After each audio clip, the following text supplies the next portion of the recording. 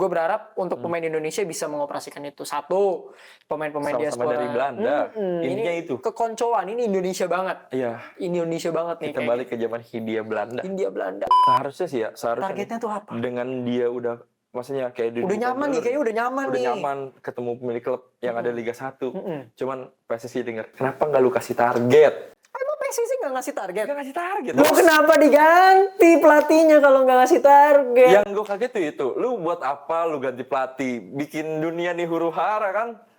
Indonesia jadi sorotan dunia, cuman nggak lu kasih target ke pelatih baru buat Masuk apa? kita disuruh proses lagi.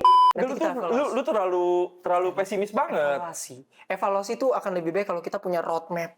Lu Kalau kita udah lolos Clifford ya? Piala Dunia 2026, tapi habis itu kita hancur lebur kayak dulu. Enggak dapat pemikiran mana lu? Abis dari situ bakal hancur lebur, gue tanya. Banyak kasusnya kayak gitu. Belanda nih. Belanda habis dari 2 kali mereka lolos semifinal, habis itu federasinya hancur lebur. Mereka nggak lolos Piala Dunia 2018, nggak lolos Euro 16 dan 20. Kita mau kayak gitu. Ya, tapi kan itu Belanda. Kan setiap nasib punya jalan yang berbeda-beda. Belanda aja kayak gitu, apalagi Indonesia.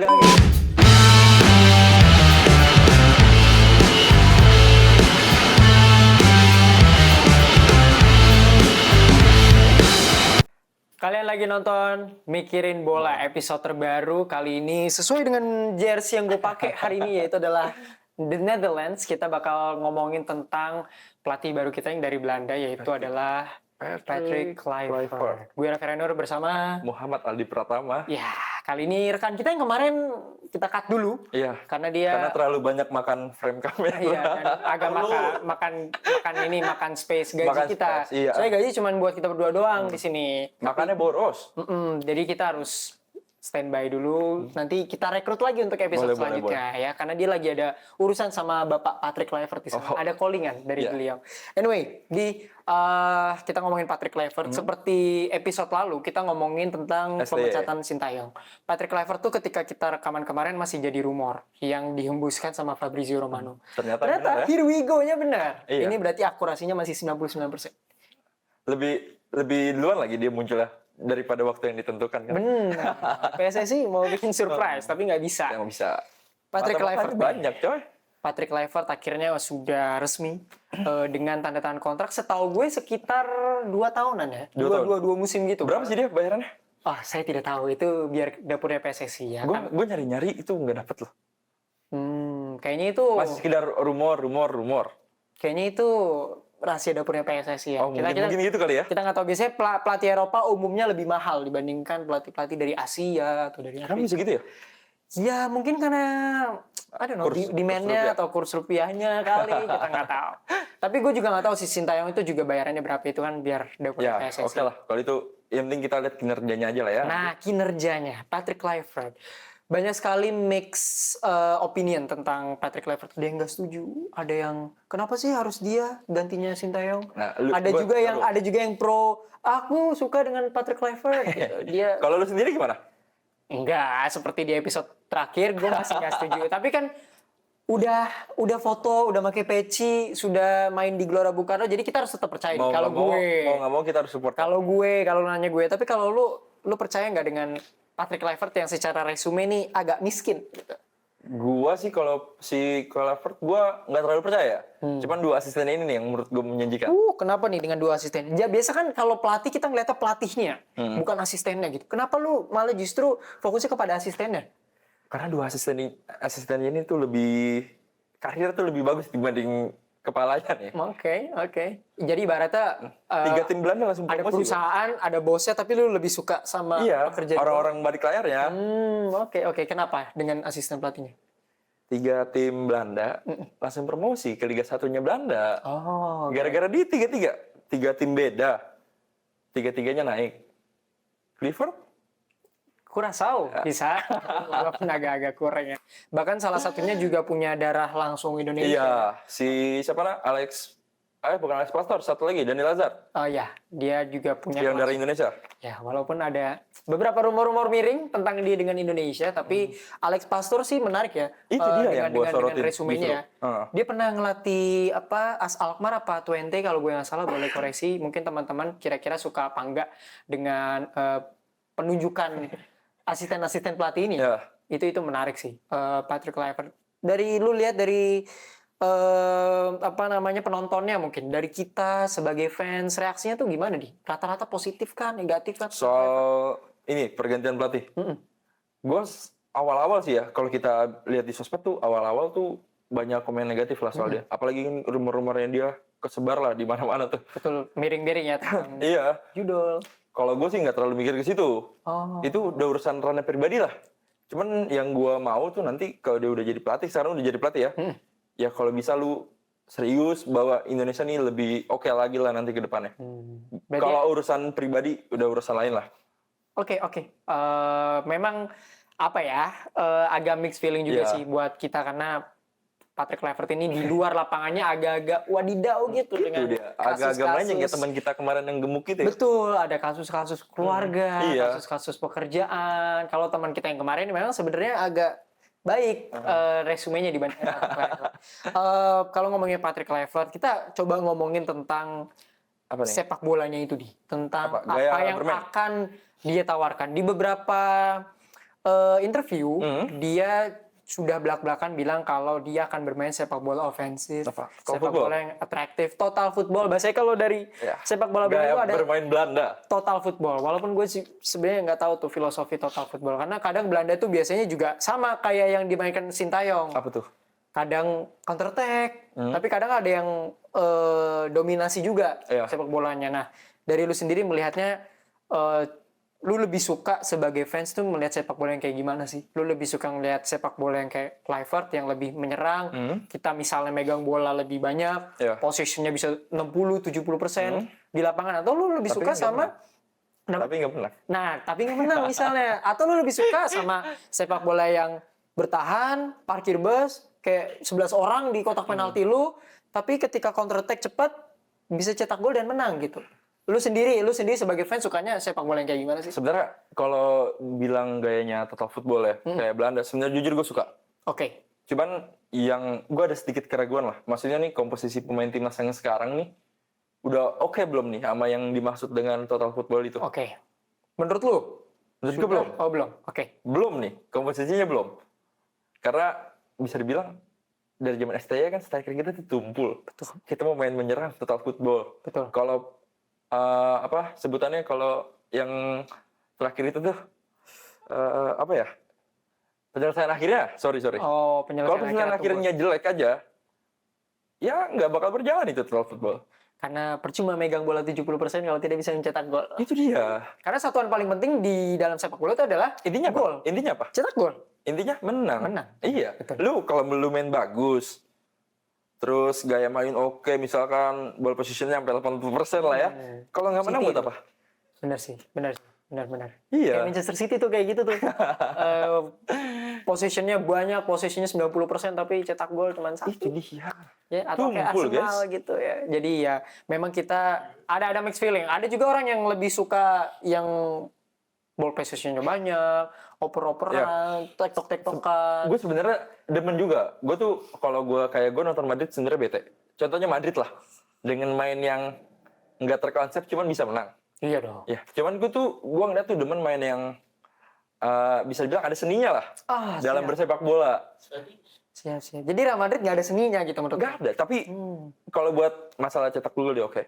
Balik lagi kita ke Indonesia ya. Gue pengennya tuh ya dia main bagus, cuman juga bisa nyetak gol. Oke. Berarti coba kita lihat dari squad yang kita punya sekarang ya. Ini tanpa ngomongin potensi naturalisasi yang akan kita punya kayak Ole Romeni. Sama pemain yang dari Ajax itu Jairo Jairo ya, di Ajax setahu gue, dan katanya mau naturalisasi ada backer juga yang dari itu yang Jairo itu tuh sampai disebut sama si siapa? Patrick Kluivert. Dia tuh pengen dia itu datang. Oke. Tapi tadi lu bilang kan squad kita belum punya komposisi yang sesuai untuk bermain total football karena banyak backnya numpuk banget di kita, tapi di depannya tuh mungkin kualitasnya masih perlu diasah lagi. Ada kita breakdown kayak mungkin Patrick Kluivert formasinya 4-3-3, Ya, 4-3-3. 4-3-3 pasti. Beda sih sama feeling gua. Sintayong main 3-4-3 atau 3-5-2 dengan 3 back, terus dia jadi wing back, maju ke depan. Ini 4-3-3 yang benar-benar untuk di zaman sekarang itu default formation lah. Formasi yang dipakai banyak orang. Betul. Lu pengennya, ini nggak usah ngomongin ada si siapa tadi namanya yang mau kita naturalisasi, Jairo atau si Becker. Iya. Let's say ada Ole Romani lah. Squad yang kayak gimana yang lu pengen untuk 11 pertamanya Patrick Kluivert nanti di lawan Australia? Starting lineup lah ya. Starting lineup. Oh, versi lo. Oke, versi lo. gua. Di kanan pasti gue taruh Dix. Kevin Dix. Ya. Oke, dari Copenhagen. Iya. Kiri Verdong. Oke. Itu menurut gua back yang lumayan oke lah. Buat dia tuh overlap itu bagus. Oke. Apalagi Verdong. Gue ya. suka banget sama game Verdong. Di tengah sebenarnya gue masih bingung ya. Karena tuh pemain tengah kita tuh back tengah kita tuh bagus-bagus. Oke. Paling kalau kita Jai. lihat secara kualitas kayak Jai sama Hilger. Oke, lo akan taruh Jay sama Hilger? Ya. Bukan Rizky Ridho? Rizky Ridho oke kan gue bilang gue pusing nih kalau milih back tengah. Oke, tapi untuk preferensi pribadi lo? Tipis-tipis lah. Oke. Nggak ada yang ini banget. Oke, nggak ada yang terlalu timpang atau Iya. apa gitu ya. Tapi lu lebih memilih Hilgers dengan Ya, Itzes. oh ya jelas karena pengalaman. Oke. Apalagi lawan Australia kan pemainnya kan banyak yang di Eropa lah. Seharusnya nih back Diaspora ini nih lebih tahu lah Betul. cara Ada back Leicester counternya. tuh yang tinggi banget di Australia. Oh iya, Lupa itu yang siapa namanya kayak kemarin. tiang listrik aja. Iya, jadi emang harus lawannya antara JZ sama siapa Sama Hilger. namanya Hilgers. Tapi Hilgers kan agak kecil gitu bentukannya, frameworknya. Apa lu yakin? Lu lihat di klubnya, Oke. menit bermainnya bagus bos. Oke, Max Hilgers. Tadi berarti kipernya Kiper udah pasti lah. udah pasti lah ya. Paes, terus Jadi di itu udah kanan no debat lah ada kalau di Indo. Dix, di kiri ada Verdong, 2 back di tengah ada Hilgers dan ada Itzes sebagai kapten. Betul. 3 di tengah. 3 di tengah. Si Jero belum masuk nih ya. Belum. Belum. Asumsi dia belum. Asumsi dia belum. Tom, gue mainnya tuh 2 belakang, satunya lagi depan tengahnya. Oke, Jadi double pivot lah ya. 4-2-1-3 lah. 4-2-1-3, oke. Di sini ada Tom sama Sandy Walsh. Oke. Kalau gue milih itu. Oke. Di depannya lagi ada Marceng. Oke, Marcelino ya, pemain lokal Ya, pertama. itu menurut gue kayaknya komposisi di tengahnya itu pas. Oke. Cuman gue tuh sebenarnya jujur ya, si siapa Clifford mau ngambil si Jero itu, gue sih setuju karena kita tengah tuh kurang banget. Oh, dia pemain tengah ya. Iya. Gua kurang banyak mempelajari kurang tentang Jairo, tapi berarti dia bagus ya?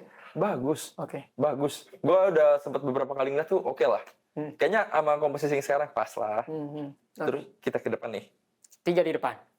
Ada winger kanan, winger kiri, dan striker. Number 9. Depan oleh sih. Oleh Romani ya. Nah, Easy. Oke. kanan kayaknya Eliano. Eleanor Reinders. Oh, Ya. lo kan naruh Eleanor Reinders di kanan. Ya, cuma gue tuh kayak pengen bereksperimen lah ya. Oke. Ini coba kita lihat dulu kalau misalkan si Clifford denger coba taruh kanan lah Oke. dia.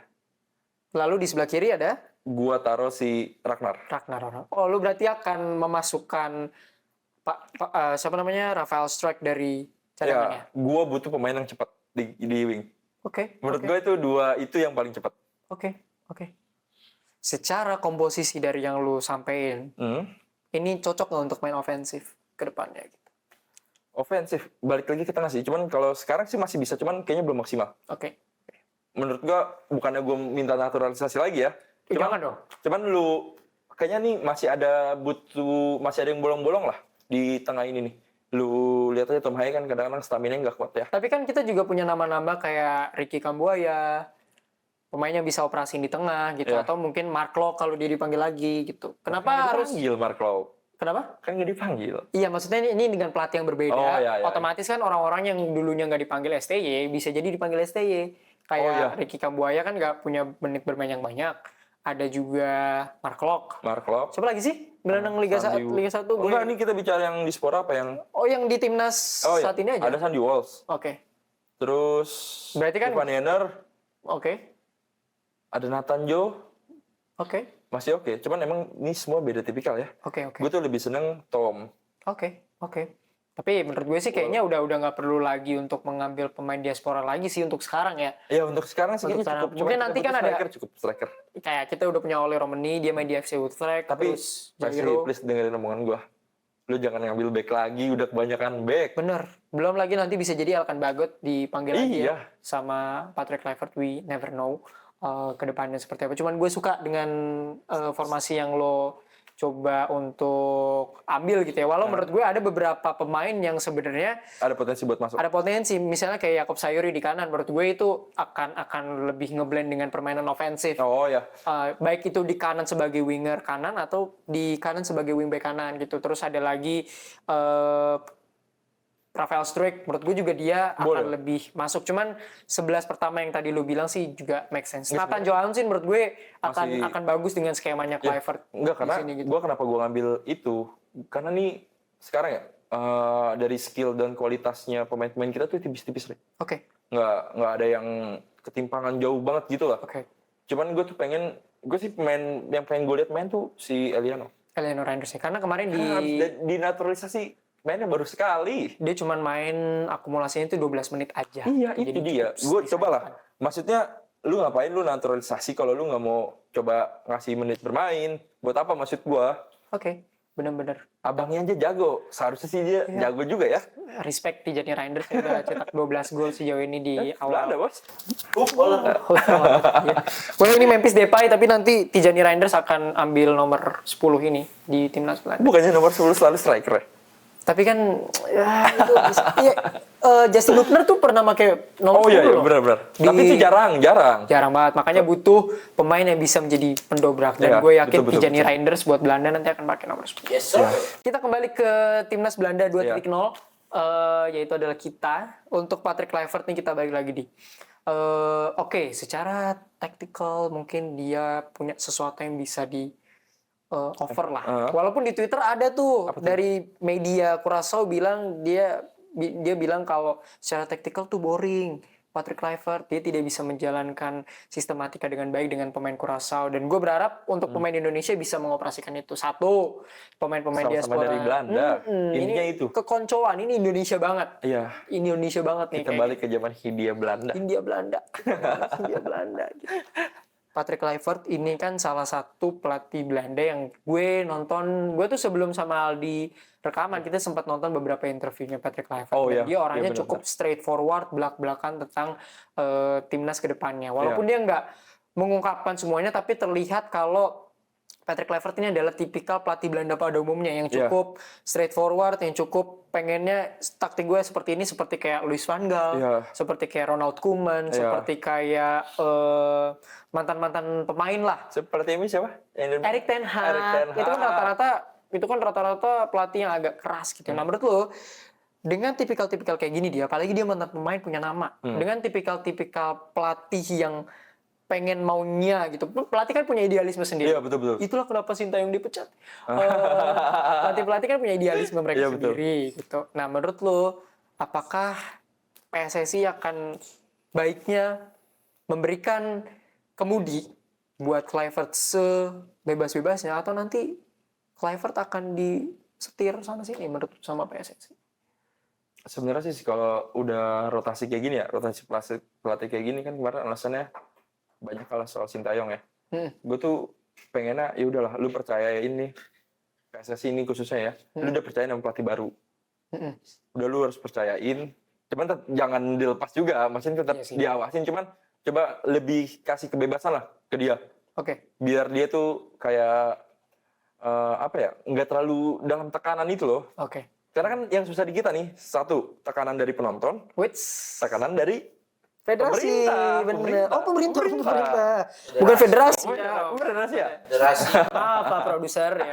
Federasi. Oke. Karena dia udah ketemu sama beberapa pemain juga, sama beberapa pemilik klub, walaupun itu kemarin gue lihat tuh dia ada pemilik klub Persis Solo. Iya, sama 5 pemain inian kan, pemain lokal kita udah ketemu. Iya, sama Rizky Ridho, Ricky Kabuaya, gitu-gitulah. sama Marcelino. Kayaknya sih itu buat lokal itu yang bakal masuk sih, kayaknya udah dikasih kisi-kisi itulah. Betul. Banyak sekali pemain-pemain dari timur juga, jadi tapi gue pas kemarin ketemu sama pemilik klub, gue rada kaget ada Arthur Irawan sih. Arthur Irawan itu pemilik klub sekarang. Oh, pemilik klub apa? Persik Kediri. Persik Kediri, coy. Punya dia Lord ada Arthur, di gitu. top 5 loh, sejak dimiliki oleh Lord Arthur Irawan. Sebenarnya bukan sejak, emang dia tuh setahu gue tuh udah lama dia punya Persik Kediri. Cuman emang rangkap mungkin ya. Nggak kelihatan aja. Tahu jadi pemain kan? Dalam senyap. Arthur Irawan dalam senyap. Gimana lu melihat Patrick Kluivert ini? Sepertinya PSSI sudah lebih serius. Ngeset dia banget nih Patrick Kluivert. Udah ketemu pemilik klub, udah ketemu pemain. Berarti udah settle banget. Apa targetnya tuh apa? Seharusnya sih ya, seharusnya Targetnya tuh apa? dengan dia udah, maksudnya kayak Udah nyaman nih, kayaknya udah nyaman udah nih. nyaman ketemu pemilik klub yang ada Liga 1. Cuman PSSI denger, kenapa nggak lu kasih target? Emang PSSI nggak ngasih target? Nggak ngasih target. Lu kenapa diganti pelatihnya kalau nggak ngasih target? Yang gue kaget tuh itu, lu buat apa lu ganti pelatih? Bikin dunia nih huru hara kan? Indonesia jadi sorotan dunia, cuman nggak lu kasih target ke pelatih baru buat Masuk apa? kita disuruh proses lagi. Kan ya? Buat apa ganti pelatih? Ini waktu tinggal Januari, Februari, Maret. Maret, 2 bulan April, lagi. Mei, Juni, 4 bulan untuk kualifikasi Piala Dunia. Kalau secara waktu jujur gue nggak yakin. Cuman gue berusaha optimis gimana caranya Indonesia bisa masuk. Oh, lo optimis ya? Harus optimis. Oke, karena gue makin jersey Belanda, gue pesimis lagi. Satu spot gitu. Sorry, Pak Produser. Iya. Optimis, kita harus optimis. Sedikit. Soalnya menurut gue agak aneh ya kalau misalnya Patrick Kluivert sih ngomong kemarin nggak dikasih target, tapi dengan bahasa yang agak politis, PSSI bilang berikan yang terbaik. Terbaik ini seperti apa? Itu kayak seakan-akan tuh kode ya. Bukan kode lah. Apa ya sebutannya ya? Cuman dia pengen maksudin ada target, cuman bahasanya itu nggak langsung. Ya, orang Indonesia kan nggak bisa langsung ngomong kayak... Iya, nggak bisa to the point. Nggak bisa to the point. Gue sih kalau jadi direktur, lu Piala Dunia? udah harus Piala Dunia. Lu sebagai fans apa ininya dong? Targetnya untuk Kluivert? Ya harus lolos. Harus lolos. Wajib malah. Tapi kan ini pelatih yang baru datang di bulan Januari, persiapannya pendek. Salah siapa PSSI ganti di masa-masa genting kayak gini. Sulit banget untuk lolos ke Piala Dunia. Gitu. Lu maunya lolos ke Piala Dunia langsung? Siapa yang nggak mau? Lu tanya fans Indonesia siapa yang nggak mau Indonesia lolos? Walaupun liga kita carut marut gitu. Intinya lolos dulu. Intinya lolos. Karena kayak udah kepalang tanggung nih. Kita udah di round 3. Peringkat kita berapa sekarang? 3. Masih chance buat Sintayong yang bikin itu. Buat jadi runner up tuh masih kemungkinan, bos. Walaupun kita nggak bisa pertama ya. Oke. Ya walaupun menurut gue nggak cocok lah. Cocok banget, bos. Indonesia masuk Pildun sekarang. Ya, kita nggak tahu, mungkin teman-teman yang nonton boleh komen Indonesia itu cocok masuk Pildun atau enggak. Kalau kita lihat kualitas tim Asia yang sekarang ya. Nggak cocok dong. Kualitas tim Asia. Ini nggak cocok dong. Ini dari omongan pribadi gua. Kita coba bedah Ya. 5 tim Asia yang paling bagus, paling memungkinkan. Tiketnya kan ada 8. Ya. Let's say 5 tim aja. Ya. Ada Jepang, udah Jepang, pasti. Korea pasti. Unbeaten, Korea Selatan. Ada Uzbekistan. Ada Siapa lagi? Siapa lagi gue tanya sama lu? Ada Australia. Satunya King Indo, bos. King Indo satunya. Iya, bos. Aduh. Timur Tengah tuh kalau nggak pakai nyogok uang, tim ampas itu semua. Qatar bagus loh kemarin. Main VAR. Magic. Jadi apa? Afif. Cover. Apa? Cover. Iya. Tapi menurut gue, lo optimis lah. Tapi menurut gue sih, sorry ya, untuk fans Indonesia, gue nggak berusaha sok edgy atau apa. Tapi akan lebih baik kalau kita nggak lolos Piala Dunia. Menurut gue. Itu akan memberikan shock terapi yang sangat luar biasa buat PSSI. Lu kayaknya terlalu personal ke PSSI ya? Karena kalau, let's say kita tahun depan, kita bentar. Lu nih nggak seneng ya sama sosoknya PSSI sama Erick Thohir? Enggak, sekarang gini. Apakah lu di kubunya Sintayong nih? Kita reality check aja. Apa tuh? Jepang itu adalah tim nomor 12 dunia. Iya. Kita diobok-obok sama Jepang. Kalau kita nanti satu grup sama Brazil, gimana? Intinya masa kita ikut Piala Dunia cuma jadi partisipan? Katanya kita negara besar. Harus bersaing dong, kita negara besar. Nih, dari belakangan ini yang ikut Piala Dunia negara Asia, mana yang paling bagus? Ujung-ujungnya juga jadi obok-obok tim Eropa. Arab Saudi bisa menang lawan Argentina? Ya elah hoki ya, jadi. Ya, lu sekarang ngomongnya hoki. Kalau menurut gue nih, menurut hemat gue, oke, kita terbang ke Amerika Serikat tahun depan. Enggak, intinya exposure itu udah dapat dulu menurut gua. Biar negara-negara lain tuh tahu bahwa Indonesia tuh bisa masuk Piala Dunia. Oke, let's say kita lolos Piala Dunia 2026. Tapi habis itu kalau timnas kita hancur kayak Panama gimana? Kenapa hancur? Iya, dia lolos ke Piala Dunia. Habis itu ya berantakan federasinya. Iya, kan nggak bisa lu samain kayak gitu semua. Ya kan kita negara peringkat 127 FIFA. Nggak ada salahnya bos kita masuk dulu, bos. Menurut gue akan lebih baik jadi kalau kita nunggu 2030 lah. Lu orang Indonesia apa bukan sih?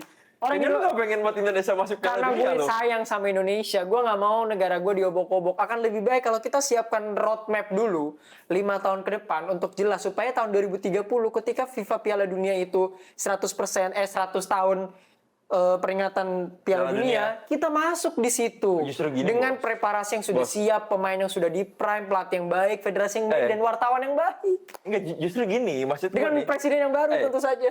Weh. Enggak, justru itu lebih bagus nih masuk dulu. Cari pengalaman dulu sebanyak-banyaknya. Piala Dunia itu bukan cari pengalaman, kalau cari pengalaman main aja di AFF. Apa itu? Piala Asia kita diobok-obok. Astaga. Mau jadi apa kita di Piala Dunia? Gua Australia, kita di Piala Asia kita sudah jauh nih di 16 besar. Kenapa enggak kita fokusnya Piala Asia 2027 baru Piala Dunia 2030? U23 kan tapi Senior. Setidaknya itu ada peningkatan. Sabarlah. Ya lu sekarang ngomong sabar tapi mau lolos Piala Dunia. Enggak This masalah. guy, bro. Masalah sekarang kepalang tanggung.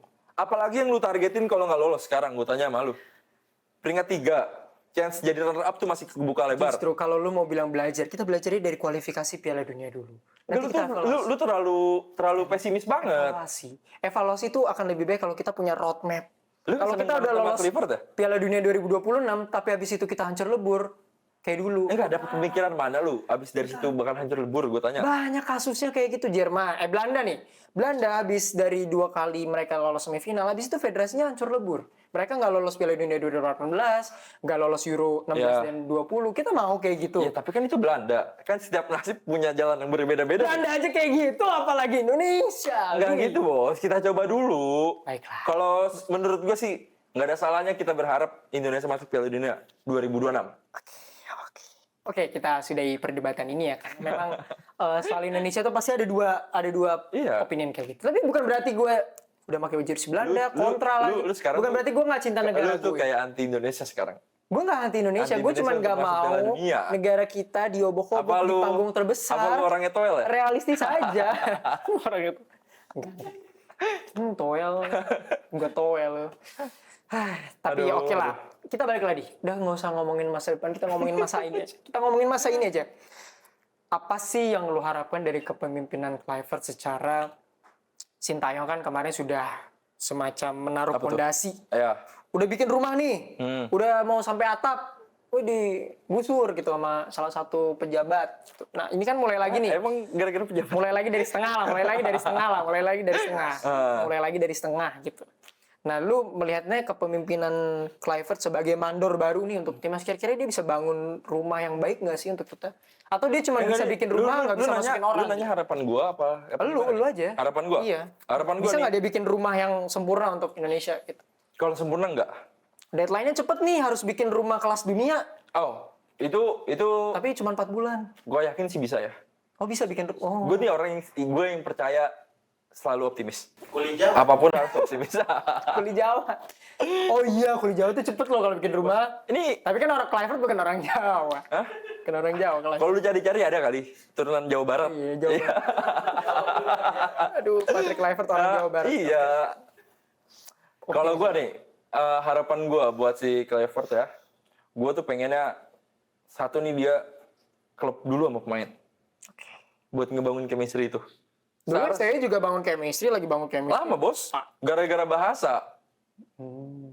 Alasan yang sama. Ya, apalagi. Gue tuh bicara selalu apa adanya. Kemarin Sintayong tuh langsung belak-belakan bersama timnya. Apa tuh? Lewat beberapa podcast, dia bilang sebenarnya bahasa itu bukan jadi sebuah masalah. Tapi oke lah, balik Ini lagi. kan sudut pandang Ya, gue. oke. Kalau gue tuh biar dia ini dulu chemistry-nya nyatu. Kalau sekarang kan kayaknya lebih gampang ya, karena kultur pemain-pemain diaspora dengan kulturnya pelatih kita yang sekarang tuh kayaknya sama. Seharusnya tuh kalau buat bangun chemistry, ya seharusnya bisa lebih cepat ya. Berarti kita nyebutnya timnas Belanda dong sekarang, bukan timnas Indonesia. Indonesia salah, Bos. Masih punya dari Indonesia, Bos. Timnas senior. Timnas senior. Timnas junior Belanda. Iya. Timnas junior Belanda. Ya. Kita kan timnas ini ya cabang. Oh iya, ada timnas pusat. pusatnya, iya kita cabang. Cabang Asia, Iya. cabang Asia kita. Oke. Jadi lo optimis lah ya dengan Optimis banget gue sama. Oke. Sama Kluivert. Kalau menurut gue sih untuk buat rumah kelas dunia dalam waktu 4 bulan itu agak sulit. Tapi ada sebuah dalam sejarah Indonesia ini kita ngomong, bukan sejarah Belanda. Candi aja bisa dibangun dalam 1 malam. Iya, Bos. Walaupun gagal kan itu ya. Hah? Gagal kan dia dapetin ceweknya ya? Gagal. Gagal kan gara-gara kurang 1 ya? Tapi kan kita nggak ngejar trofi Piala Dunia. Kita ngejarnya ke Piala Dunianya. Iya, intinya masuk dulu. Seharusnya bisa sih. Bisa. Dalam Bisa. 4 bulan bisa lah rumah ini jadi. Mungkin nggak ada ininya, mungkin rumahnya agak mengkok-mengkok dikit, mungkin agak ini tapi bisa. Bisa. Kita doakan saja teman-teman yang udah nonton Mikirin Bola. Boleh komentar Pokoknya di bawah. kalau yang setuju sama gue jangan lupa ya. Boleh Like, komentar like, di like, bawah. like. Ikutin Instagram kita juga di @ikut.mikir. Subscribe YouTube kita. Share ke teman-teman lo yang mungkin pro Belanda atau pro Kayak dia PSSI nih, kalau atau pro Towel. Dia nih pro Towel. Enggak lah, gue pro Belanda. Jangan ada Belanda-Belanda lagi yang masuk. Apa tuh, menjajah? Iya, jangan lah. Anyway, terima kasih udah dengerin Mikirin Bola bersama gue Raffi Renur dan Muhammad Ali Pratama. sampai ketemu lagi di episode selanjutnya. Hup bulan hup. Dadah.